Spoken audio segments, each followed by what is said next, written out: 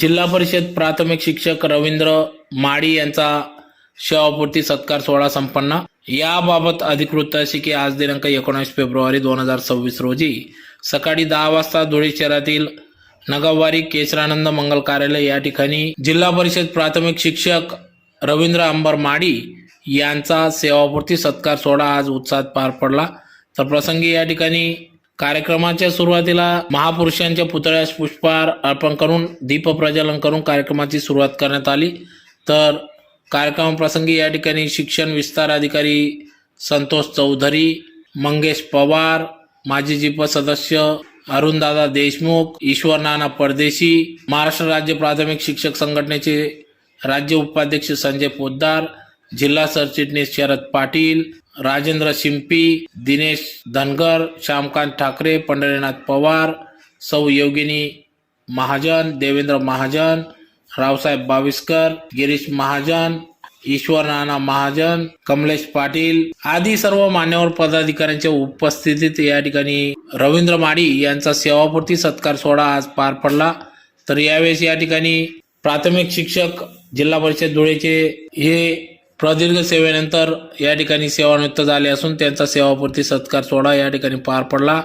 तर यावेळेस त्यांच्या कार्याच्या या ठिकाणी आठवणी करून देण्यात आल्या। त्यांनी विविध गावांना या ठिकाणी शिक्षकी पेशातून या ठिकाणी विद्यार्थ्यांना विविध गावांवर जाऊन विद्यार्थ्यांना शिक्षणाच्या प्रवाहात आणण्याचा प्रयत्न केला। त्यांना शिक्षण दिले, उत्तम दर्जाचे असे शिक्षण दिले। त्यांच्या या प्रदीर्घ सेवेनंतर आज ते सेवानिवृत्त झाले असून त्यांचा सेवापूर्ती सत्कार सोहळा आज पार पडला। तर यावेळेस अनेक मान्यवर पदाधिकारी, विविध शिक्षक संघटना यांचे प्रतिनिधी यांनी या ठिकाणी रवींद्र माडी सर यांना त्यांच्या पुढील वाटचालीस शुभेच्छा दिल्या। यावेळेस मोठ्या संख्येने शिक्षक, शिक्षकेतर कर्मचारी, त्याचबरोबर नातलग, आप्तेष्ट, मित्रपरिवार मोठ्या संख्येने उपस्थित होता।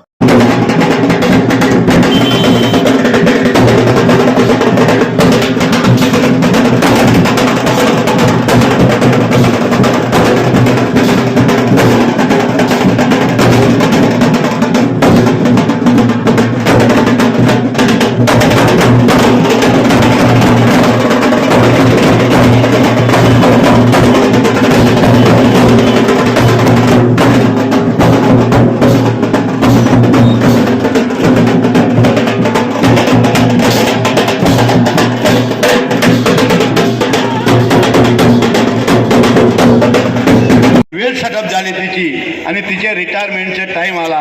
रिटायरमेंटच्या टायमाला सर्वांचे फ्लॅट झाले, सर्वांना चांगल्या नोकऱ्या लागल्या। तिला रिटायरमेंटचे 5-50 लाख 1 कोटी रुपये भेटले आणि तिने त्या दिवशी ठरवलं की मला 50 लाखाची गाडी घ्यायची आहे आणि तिने 50 लाखाची गाडी घ्यायचं ठरवलं। त्या दिवसात सर्व घरात तिच्याविषयी कुजबूज सुरू झाली। आई, तू आता म्हातारी झाली, रिटायर झाली, तुला आता 50 लाखाची गाडीची काय गरज आहे? तुला त्या गाडीत कुठं फिरायचे? तुला आता काय पाहिजे? आम्ही आहेत तुला देणारे, खेळणारे, फिरणारे। तेव्हा त्या आईने सर्वांना बोलून सांगितलं की मी तुमच्यासाठी ज्या काळा सापडल्या, माझं तारुण्य, माझं जे माझ्या पैसेच होते, माझे तारुण्य, माझं सर्व वय तुमच्या संगोपनात वाया घातलं, तुमच्या संसारात वाया घातलं। मी हाऊसमौज फेडली नाही, मी काही केलं नाही। आता माझा शेवट आला, आज मी रिटायरमेंट आहे, तुम्ही सर्व सुखी आहेत, तुम्ही तुमच्या जागेवर आहेत। आज मला माझे पहिले दिवस तर काही बघता येणार नाही, मला ती हाऊसमौज आता नाही करता येणार, पण मी आज माझ्या पैशाने, माझ्या गाडीने मी तीर्थधामला जाणार, मी माझ्या जिथं फिरायचे नातेवाईकांकडे जाणार, मला जिथं जायचं तिथं जाईल। परंतु कृपया मला आडवा आता येऊ नका, कारण की मी तुमच्यासाठी जे सोचलं आहे ते तुम्ही कदाचित माझ्यासाठी नाही सोचणार, परंतु माझं जे आहे त्याच्यात मला जाऊ द्या। तसंच माझी विनंती आहे, आपण आजपर्यंत घराला पुढे नेलं, सर्वांना पुढे नेलं, आपल्या मुलांना पुढे नेलं, परंतु आता उर्वरित आयुष्य हे तुमच्यासाठी आणि तुम्ही आणि तुमच्या धर्मपत्नी जगा, तुम्ही तुमच्या पद्धतीने तुमचं आयुष्य जगा। आता त्यांच्यासाठी केलं ते खूप झालं आणि त्या सर्व ह्याच्यात माणसाचं जे हाऊसमौज फेडणं ते राहून जातं। आता ती मजा तुम्ही आता करा। तुम्ही जरी रिटायर झाला असाल तर आता जवान व्हा आणि फिरा, हीच विनंती। जमलो आहोत, सर्वांना पाहून मला खरंच खूप आनंद झाला। प्रत्येकाची भाषणं मी ऐकली आणि या भाषणांमधूनच समजलं की मामांनी सर्वांसाठी काय काम केलेलं आहे। विशेष म्हणजे पाहायला गेलं तसं तर मी योगिनीचं भाषण पण ऐकलं. योगिनी म्हटली की पप्पा पप्पा. तर खरंच वाटतं की म्हणजे मामांचं कार्य तसंच आहे की वडील म्हणून त्यांनी बऱ्याच गोष्टी केल्यात. दुसरं सांगायचं महत्त्वाचं म्हणजे परिवार. माझे म्हणजे मामांचे तर आहेत, त्यांचे मोठे भाऊ पण आज जे आपल्यामध्ये नाही आहे, पण त्यांचा असलेला सपोर्ट, त्यानंतर त्यांना असलेली मामींची सोबत, तर सर्वांचं कार्य कसं आहे मामांचे त्यामुळेच आज जे काही आहेत आणि जे काही त्यांनी समाजात दिलेलं आहे. असं म्हटलं जातं की आपण एक दाणा पेरला की आपल्याला 1000 पटीने मिळतं, तर मामांच्याही बाबतीत मी ते म्हणू शकतो. आणि राहिलं दुसरं तर मी काही एक्झाम्पल्समधून म्हणू शकतो की त्यांचा परिवार ज्या पद्धतीने ते राहतात, सर्व जो लोक एकत्र येतात, आज ते पाहायला नाही भेटत. म्हणजे पाहायला गेलं तर तसं आता जग जे चाललं आहे ते खूप वेगळ्या मार्गाने चाललं आहे आणि जे काही झालं आहे ते सर्वस्वी पैसा झालेला आहे. माणसाची किंमत खरंच खूप शून्य झालेली आहे. पैसा असेल तर गोष्टी आहेत, पैसा नसेल तर गोष्टी नाही आहेत. मी जे काही बोलतो ते समोर बोलतो.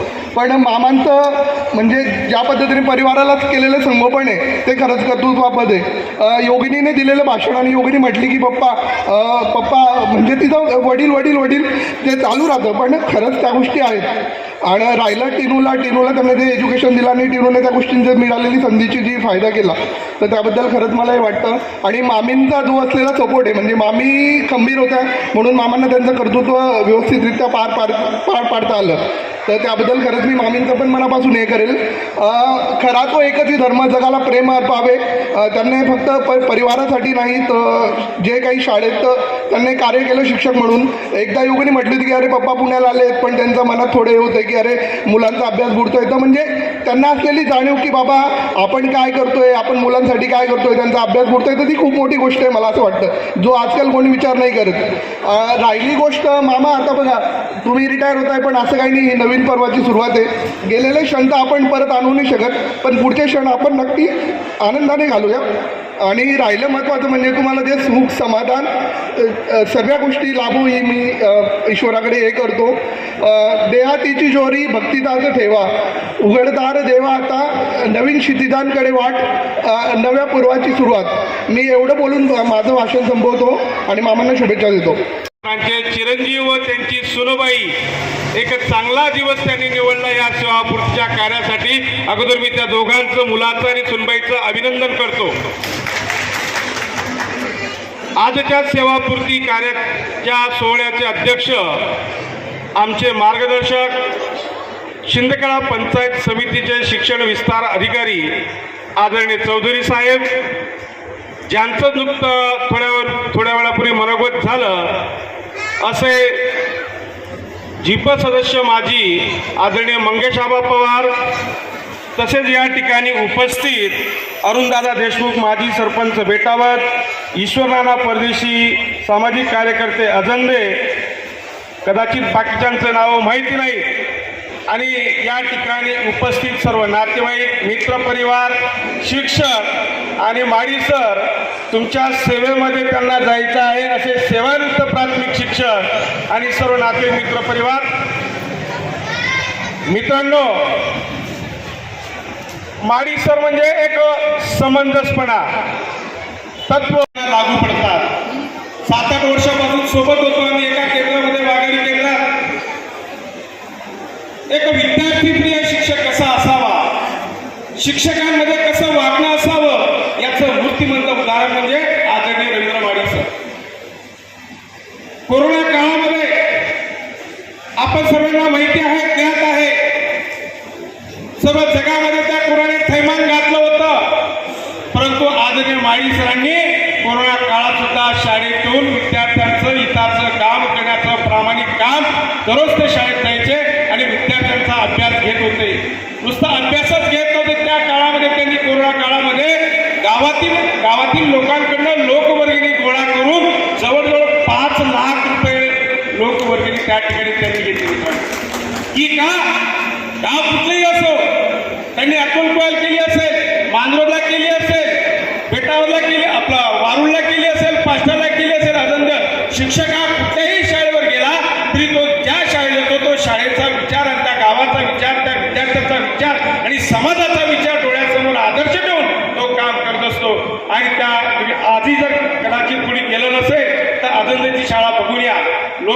चळवळीच्या माध्यमातून रंगरंगोटी करून विद्यार्थ्यांच्या हितासाठी प्रामाणिकपणाने या माणसाने काम केलं आहे. नुसतं शिक्षक आणि विद्यार्थी नातं न ठेवता, आबासाहेब तुम्ही मगाशी उदाहरण दिलं, तुम्ही जसे निष्ठावान शिवसैनिक आहात तसेच सुद्धा आमचे मित्र आदरणीय माळी साहेब शिक्षक संघाचे निष्ठावान शिलेदार आहे. सांगायचं उदाहरण, गेल्या 2-3 महिन्यापूर्वी आमच्या महाराष्ट्र राज्य प्राथमिक शिक्षक संघाच्या वतीने प्रत्येक जिल्हाधिकाऱ्याला मोर्चा होता. माळी सर इथं उपस्थित नव्हते, परंतु पुण्याला होते. तर पुण्याच्या आमच्या राज्याचे अध्यक्ष बाळासाहेब माने यांच्या खांद्याला खांदा लावून पुणे जिल्ह्याचं नेतृत्व पुणे या ठिकाणी त्यांनी केलं. असे हे आमचे निष्ठावान आदरणीय माळी सर. त्यांचं त्रिकूट आहे या ठिकाणी बसलेलं. एक माळी सर, ठाकरे सर आणि पंढरीनाथ पवार सर. ज्या वेळेस आता त्यांची सेवा 35 वर्ष, त्यांची बी 33-34 वर्ष सेवा, परंतु एवढ्या सेवेमध्ये ज्या ठिकाणी संघटनेचं महामंडळ असेल किंवा राज्यस्तरीय अधिवेशन असेल त्या ठिकाणी हे त्रिकूट कुणालाही न सांगता बरोबर जायच्या अगोदरात हे त्रिकूट येणाऱ्या काळात सुद्धा चांगलं राहील. बोलण्यासारखं भरपूर आहे, परंतु घड्याळाचा काटा एकच्या पुढे चालला गेला आहे. म्हणून तुमच्या मानसिकतेचा गैरफायदा न घेता मला आयोजकांनी बोलण्याची संधी दिली, त्याबद्दल मी त्यांचा धन्यवाद व्यक्त करतो. माळी सर, आपण आता सेवानिवृत्त झालाय. माझ्या फक्त 2 गोष्टी घ्या. एक पहिली गोष्ट, आपल्यावर किती सर्वजण कुठलंही शासन आलं बरं का मंगेश बाबा, शासन कुठलंही आलं शिक्षकांवर अत्याचार करणारच येत आहे. कारण या अशिक्षित कामांमुळे एवढा बेजार करून आमच्या शिक्षकांना याचा वाली कोणीच नाही. काल सुद्धा आम्ही आमच्यावर काय होणारा अन्याय आहे, शालेय शिक्षण मंत्री आदरणीय आमदार दादाजी भुसे यांना बोरपूर या गावी काल निवेदन दिलं. फक्त ऐकून घेतात, निवेदन घेतात, परंतु वस्तुस्थिती जी आहे ती ऐकली जात नाही. याचं सारखं या लोकशाहीमध्ये कुणाकडे मांडावं अशी परिस्थिती आजच्या काळामध्ये निर्माण होऊन गेली. म्हणून तुम्हाला जो काही एवढ्या 35 वर्षाचा कालखंडाचा शिक्षकी पैशाचा ज्ञानदानाचा पवित्र कामाचा जो काही तुम्हाला अनुभव आहे, जो आपल्याला त्रास होत आहे, त्या त्रासापोटी मागे तुम्हाला एक विनंती आहे, समाजामध्ये याचं जनजागृतीचं पवित्र काम आणि गोरगरिबाने विद्यार्थ्यांना जिल्हा परिषद शाळेमध्ये आणण्याचं पवित्र काम आपण निश्चित कराल अशी अपेक्षा व्यक्त करतो. सेवानिवृत्त झाला आहे तरी आपला महामंडळ असेल, त्रैवार्षिक अधिवेशन त्या ठिकाणी आपण याल अशी अपेक्षा तुम्हाला या ठिकाणी व्यक्त करतो. आणि वहिनी साहेब तुमच्या पाठीची खंबीर होतात, म्हणून आधी तुम्ही स्मार्ट दिसताय, स्मार्ट यंग दिसताय ना. यंग वाटतं का? अजिबात वाटत नाही. आणि तुम्ही आता वहिनी साहेबांना जरा कोकण किनारपट्टी आस्वाद घ्या, त्या किनाऱ्याकाठी समुद्र घ्या, आनंद घ्या, दोघं जण बसा. भरपूर केला आपण, मुलाबाळांकडे लक्ष देऊ नका असं म्हणत नाही मी, पण आता स्वतःच्या तब्येतीकडे, वहिनी साहेबांच्या तब्येतीकडे लक्ष द्यावं अशी विनंती करतो. आणि तुम्हाला पुढील आयुष्यासाठी तुमचं आरोग्य निरोगीमय राहो अशी प्रभूचरणी प्रार्थना करतो. धन्यवाद. छोटेखानी कौटुंबिक कार्यक्रम आयोजित करण्यात आला. तुमच्या मागे ताटांचा आवाज होतो आहे आणि वेळ पण भरपूर झालेला आहे आणि थोड्याशा बॉलमध्ये जास्त रन काढायचे. छत्रपती शिवाजी महाराज की, छत्रपती शिवाजी महाराज की. मित्रांनो, ज्या नानांनी माझ्या गावाला शिक्षक क्षेत्रामध्ये साधारण 10 वर्ष काम केलं, फुले शाहू आंबेडकरवादी विचारसरणी डोक्यात ठेवून समाजाच्या तळागाळातल्या विद्यार्थ्याला घडवण्याचं काम केलं. माझ्या गावाची कच्ची माती तिला घडवली, तिला बोलकी केली. साहेब म्हणाले की माझ्या गावाने 5 लाखाची वर्गणी गोळा केली. शिक्षण क्षेत्र हे असं पवित्र क्षेत्र आहे की तिथं नोकरी करताना पगार भेटतो, पण पुण्य देखील कमवता येतं. पुण्य अशा अर्थाने कमवता येतं की पिढी घडवण्याचं पुण्यवान काम तुमच्या हातून होत असतं. आणि ही पिढी घडली की ही समाजाला पुढे नेण्याचं काम करत असते. नानांच्या आज सत्काराच्या निमित्ताने त्यांचे जावई, त्यांच्या डोळ्यात अश्रू आले. मी असं म्हणेन अश्रू पुसणारे असतील कोणी, अश्रू पुसणारे असतील कोणी तर रडण्याला अर्थ आहे, आणि रडणारे असतील कोणी तर जगण्याला अर्थ आहे. कार्याविषयी त्यांनी जे काही 30-35 वर्ष जे काही शाळेसाठी आणि याच्यासाठी दिलं आहे त्यासाठी बोलणारे खूप आहे. माझा जस्ट स्वतः त्यांचा मुलगा म्हणून 2-3 गोष्टी बोलण्यासारख्या असाव्यात ज्या ह्या प्रकारच्या फंक्शनमध्ये त्या बोलल्या जाव्यात. त्या उद्देशाने एक मुलगा, एका शिक्षकाच्या घरी असणारा मुलगा, त्याने शिकलेल्या व्हॅल्यूज ह्या काय असाव्यात आणि त्या नकळत आलेल्या ज्या वडिलांकडून असतात त्याविषयी जर दोन मिनटं बोलतो आणि मग थांबतो. व मी इतिहासाचा विद्यार्थी पण आहे, त्याच्यामुळे जनरेशन गॅप ही जी काही संकल्पना आहे ज्यात वडील आणि मुलगा हे कोणत्याही घरात असलं तरी त्याच्यात एक जनरेशन गॅप कायम असतो. महत्त्वाची गोष्ट ही असते की त्या जनरेशन गॅपला तुम्ही 2 पिढ्यांमधला असणारा विचारांचा डिफरन्स त्याला तुम्ही कसं मॅनेज करताय, त्यावर तुम्ही मुलाला काय शिकवणार आहात हे खूप महत्त्वाचं असतं. त्याच्यामुळे मी फॉर्च्युनेट असं आहे की वडील असे भेटले आहेत की ज्यांनी, वडील असोत किंवा आमचे मोठे काका असोत, आम्ही कितीही आमचे विचार कितीही आता वाटणारे चुकीचे असतील किंवा ते जे समाजाला धरून नसतील पण त्या लोकांनी त्यांच्याकडे तेवढं पेशन्स आणि कॅपॅबिलिटी होती की त्यांनी ते शांतपणे ॲटलिस्ट ऐकून घेतले. त्याच्यानंतर त्यांनी त्यांचे विचार चेंज केले नाही ती दुसरी गोष्ट, ते त्यांच्या विचारावर ठाम राहिले. पण 2 जनरेशनमधला गॅप, मुलगा वाढवताना, मुली वाढवताना त्यांचे विचार, त्यांचा हात कुठे सोडावा, कोणत्या गोष्टींसाठी आग्रही राहावं आणि कोणत्या गोष्टींना सोडावं लागेल, हे जे नवीन आईवडील होतील, आम्ही नवीन आईवडील होऊ, ही गोष्ट मला वाटतं की त्यांच्याकडून शिकण्यासारखी आहे की एक मुलगा आणि वडील किंवा फॅमिलीमधला जनरेशन गॅप हा कसा मॅनेज केला जावा. दुसरी गोष्ट जे आम्ही भाऊ आणि बहिणी सगळे मध्ये बोलत असतो की टाईम मॅनेजमेंट. आम्हाला लहानपणापासून एक गोष्ट शिकत आले की 10 वाजता कार्यक्रम असेल तर तुम्ही 9:50 इथे असावं. आता हे आम्ही जवळपास 15-20 वर्ष फॉलो करत आलो आहे. आता कॉर्पोरेटमध्ये गेल्यानंतरही मुंबईसारख्या शहरामध्ये जर 10 वाजता मीटिंग असेल तर सगळे कन्सिडर करून चालतात की 15:15 सुरू होईल.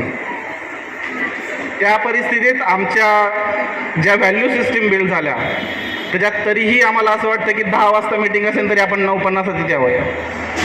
सो वडील म्हणून त्यांनी ज्या व्हॅल्यू सिस्टीम्स फोर्सफुली नाही बट बोलून ज्या समजवल्या, त्यातून जे त्यांचे अपत्य, त्यांचे मुलं जे तयार झाले, मला वाटतं जेवढे त्यांचं प्रोफेशन ॲज अ शिक्षक म्हणून जे त्यांनी अचीव केलं आहे, त्याचबरोबरीने त्यांनी ज्या पद्धतीने मुलं वाढवली हेही तेवढंच शिकण्यासारखं आहे आणि ते माझ्यासाठीही शिकण्यासारखं आहे. आणि तिसरं म्हणजे, हे 3 गोष्टी मला त्यांच्याविषयी आवडतात. तिसरं म्हणजे तुम्ही ज्याही ठिकाणी जेही काम करत असाल त्याच्याविषयी तुमचं डेडिकेशन काय आहे आणि तुमची त्या कामाविषयीची तत्परता काय आहे. मी स्वतः अगदी पाचट्यापासून, कारण माझं मॅक्झिमम आयुष्य पाचट्याला गेलं आहे, त्या शाळेला मी त्या ग्राउंडला झाडं नसताना बघितलेलं आहे आणि नंतर तिथे सगळे झाडं लावण्यापासून जे शिक्षकाचं काम असेल नसेल मला नाही माहीत, बट त्यांनी ते केलं. सो मला ह्या ज्या व्हॅल्यू सिस्टीम्स आहेत, ज्या मी पुढे जाऊन ज्या कॉर्पोरेटमध्ये मी जिथे जॉब करतो त्या ठिकाणी या कॅरी केल्यानंतर समजतं की ह्या छोट्या छोट्या गोष्टीही तिथे तुम्हाला एक सगळ्या लोकांपासून एक वेगळं तुमचं अस्तित्व निर्माण करण्यासाठी मदत करतात. आणि ह्या सगळ्या गोष्टींमध्ये जो जनरेशन गॅपचा मी विषय करत होतो त्यावेळेस महत्त्वाची गोष्ट ही आहे की कोणत्या मुलाला कोणत्या गोष्टीसाठी पासून एकदम फोर्सफुली रोखलं गेलं पाहिजे आणि त्याच वेळेस रोखलं गेलं पाहिजे. चुकीचं आहे ते चुकीचं म्हटलं गेलं पाहिजे. त्याविषयी ज्यांनी ते मार्गदर्शन केलं. अगदीच आमच्याकडून लहानपणी चुका झाल्या असतील, आम्ही पैसे घेतले असतील. इंटरेस्टिंग गोष्ट ही आहे की आम्ही माझ्या दोन्ही बहिणी, मी आणि माझ्याबरोबर सोबत असलेलं भूषण या चौघांनी एकाच गोष्टीवरून मार पण खाल्ला आहे, जो अननिगोशिएबल होता. तो म्हणजे आम्ही त्यांच्याकडून पैसे घेतले आणि त्यांना रिपोर्ट नाही केले की आम्ही पैसे घेतले. तर ह्या ज्या गोष्टी आहेत त्या त्यांच्याकडून शिकण्यासारख्या आहेत. आणि मला आज वाटलं की वडील तरुण दिसत आहेत असं. तर मग आमच्या ऑफिसमध्ये, आम्ही कॉर्पोरेटमध्ये जॉब करणारे आहोत, आम्ही बसून काम करतो. त्याचप्रमाणे त्यांचंही वर्क कल्चर जर बघितलं की त्यांनाही बसून काम करायचं आहे, तरीही त्यांनी त्यांचं हेल्थ मेंटेन केलं आहे. ही त्यांच्यासाठी एक मोठी अचीवमेंट आहे.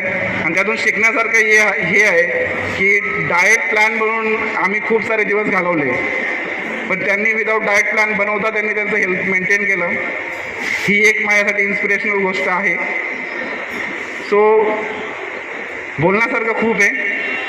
जे खूप सारे सहकारी बोललेत, ह्या सगळ्या गोष्टींमध्ये त्यांना लाभलेला मित्रपरिवार, त्यांना लाभलेली साथ ही तेवढी महत्त्वाची असते. कारण मी त्यांचा मित्रपरिवार बघितला आहे, जो मला स्वतःला इन्स्पायर करतो की जर तुम्हाला मित्रपरिवार बनवायचा असेल तर कोणत्या पद्धतीने मित्रपरिवार बनवावा आणि किती शेवटपर्यंत टिकवावा. सो इथे नाना वगैरे बसले, जे माझे टीचर होते. इंटरेस्टिंग गोष्ट ही होती की त्यांनी मला स्वतः कधीच शिकवलं नाही. कारण पहिलीपासून मला त्यांनी मुलगा वडिलांकडे शिकत नाही ह्या त्यांच्या स्टेटमेंटनुसार त्यांनी मला पहिलेपासूनच नानांकडे पाठवलं. सो ते माझे शिक्षक नाही आहेत, पण त्याच्यामुळे मी वडील म्हणून त्यांना कायमच ॲप्रिशिएट करत राहीन आणि गोष्टी शिकत राहीन. एवढं 2 शब्द समोर मी थांबतो. थँक्यू. आज मी आपला फक्त 5 मिनटं घेणार आहे. मित्र हो, माझ्या कार्याची पावती माझ्या सहकार्याने, माझ्या मित्रांनी या ठिकाणी दिलेली आहे. परंतु माझ्या जीवनात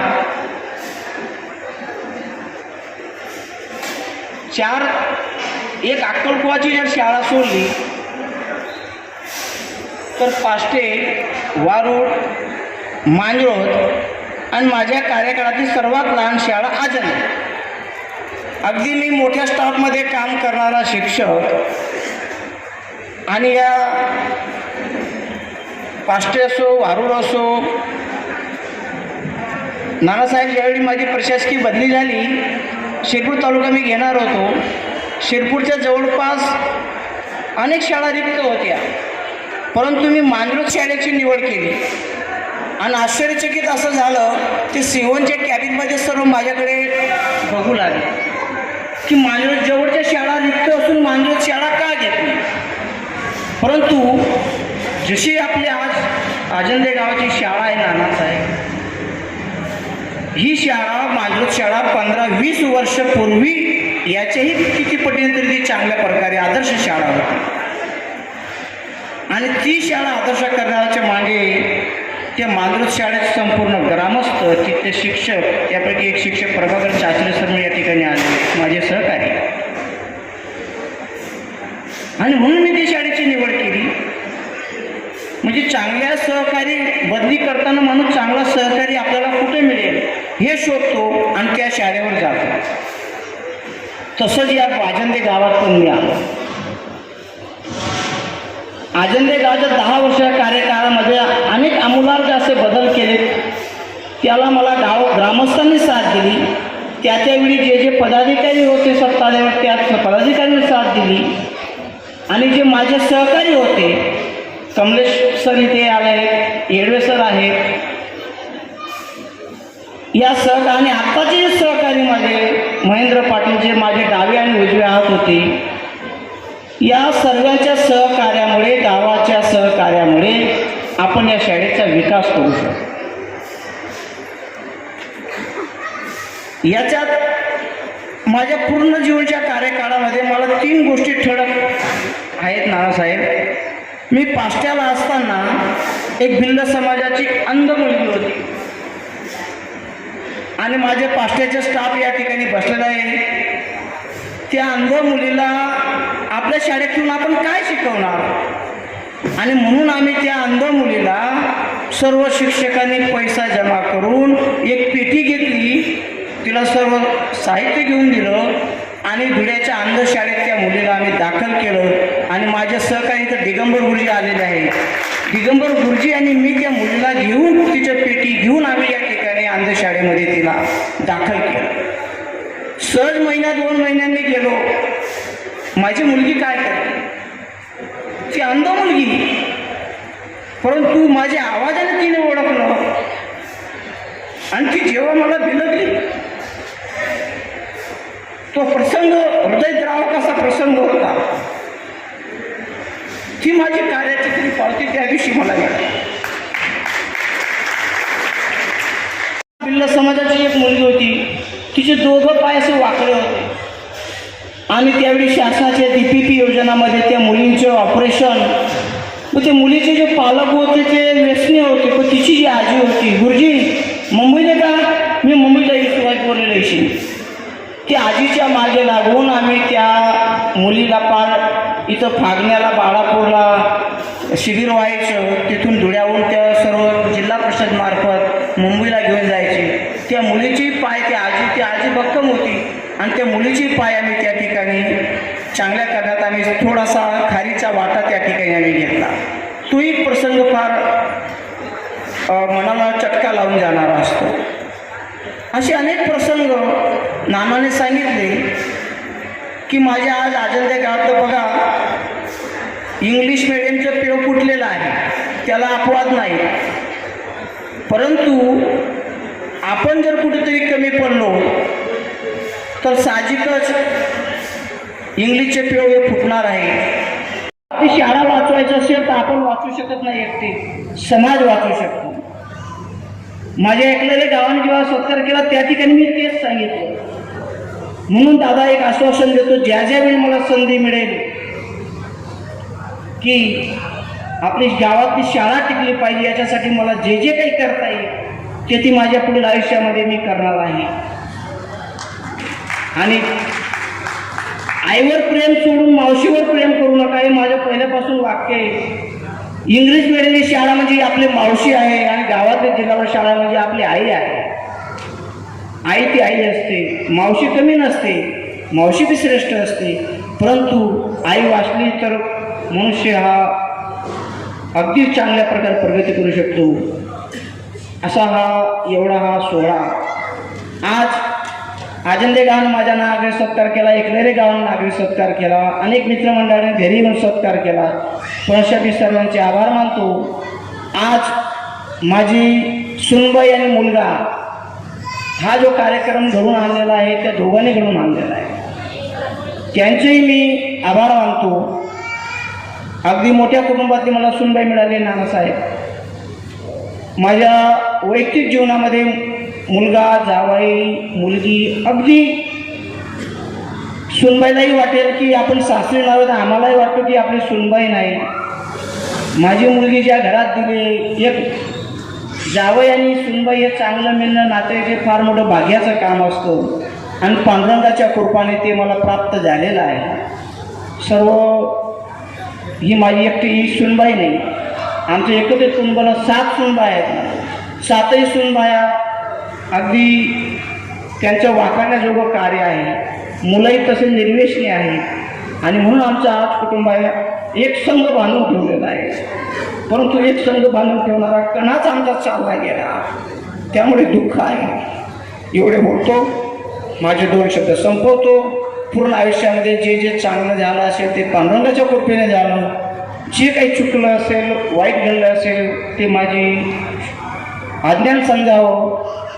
आयुष्यामध्ये कोणाला सहकार्यांना माझे अनेक सहकारी या ठिकाणी आलेले आहेत. अगदी कोरोना काळामध्ये ज्यावेळी शाळा सुरू झाली त्यावेळी माझ्या सहकाऱ्यांनासुद्धा माहिती नव्हतं. असे माझे येडेगुरुजी कमलेश सर, खंडाय सर आहेत. माझ्या केंद्रातले सर्व शिक्षक आलेले आहेत. अगदी आमचं वाघाडी केंद्र म्हणजे एक कुटुंब होतं आणि सर्वांना घेऊन आम्ही सर्व चाललो. आणि जे नानाने सांगितलं शरद आहे आमचं त्रिकूट आहे. पवार, ठाकरे आणि माळी आमचा हा PMT ग्रुप. आणि आमच्या PMT ग्रुपने आज पूर्वीपासून आज सुद्धा एक संघ आहोत. एकमेकाच्या सुखदुःखात आम्ही सामील होतो. आणि सर्वात जर इथं आभार मानायचं असेल नानासाहेब, माझे ज्येष्ठ बंधू हरचंद सखाराम जाधव आणि सर्व त्यांचे सहकारी जे त्यांच्या छत्रछायेखाली मी वाढलो. एक वेळ अशी होती नाना की ते कसे शिकवायचे मी त्यांच्या खिडकीतून बघायचो पाष्ट्याला असताना, की ते कसे शिकवतात तसं मी शिकवणार. परंतु एक वेळ अशी आली की ते खिडकीतून मला माझ्या वर्गात बघायचे की माळी गुरुजी कसं शिकवतात ते की माझ्या मुलगा पुढे जाईल का यांच्या मुलगा पुढे अशी कॉम्पिटिशन होती. आणि म्हणून ती सवय मला आजपर्यंत शेवटपर्यंत लाभली. सर्व वारुळ, पाष्टे, मांजरोद, आजंदे सर्व ग्रामस्थांचे मी पुनश्च माझ्या सहकार्यांचे आभार मानतो. जय हिंद, जय महाराष्ट्र.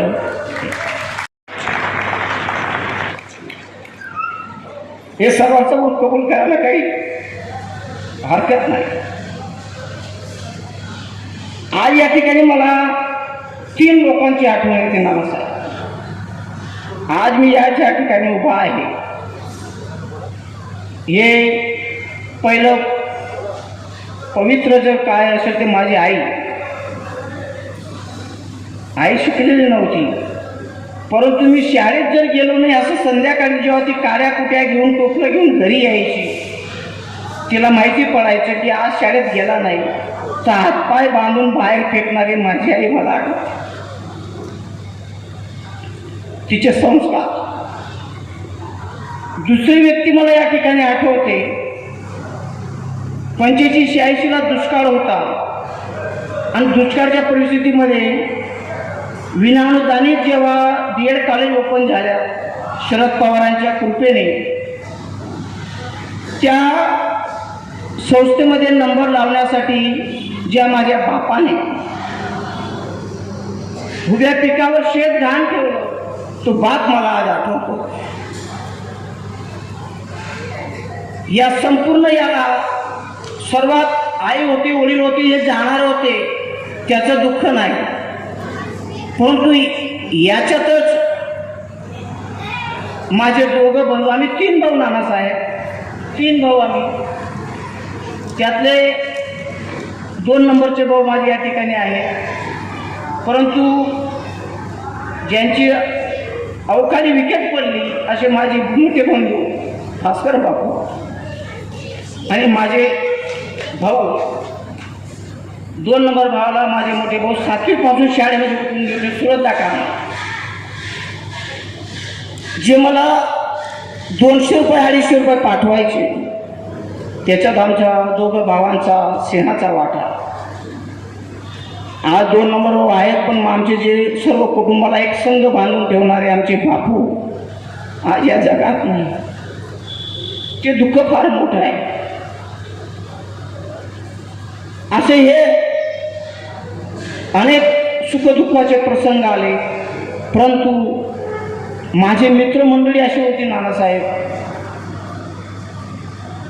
कुठल्याही प्रसंगी ते माझ्या मागे थांबले. आर्थिक असो, सामाजिक असो, भक्कम असो, काही पाठपुरावा.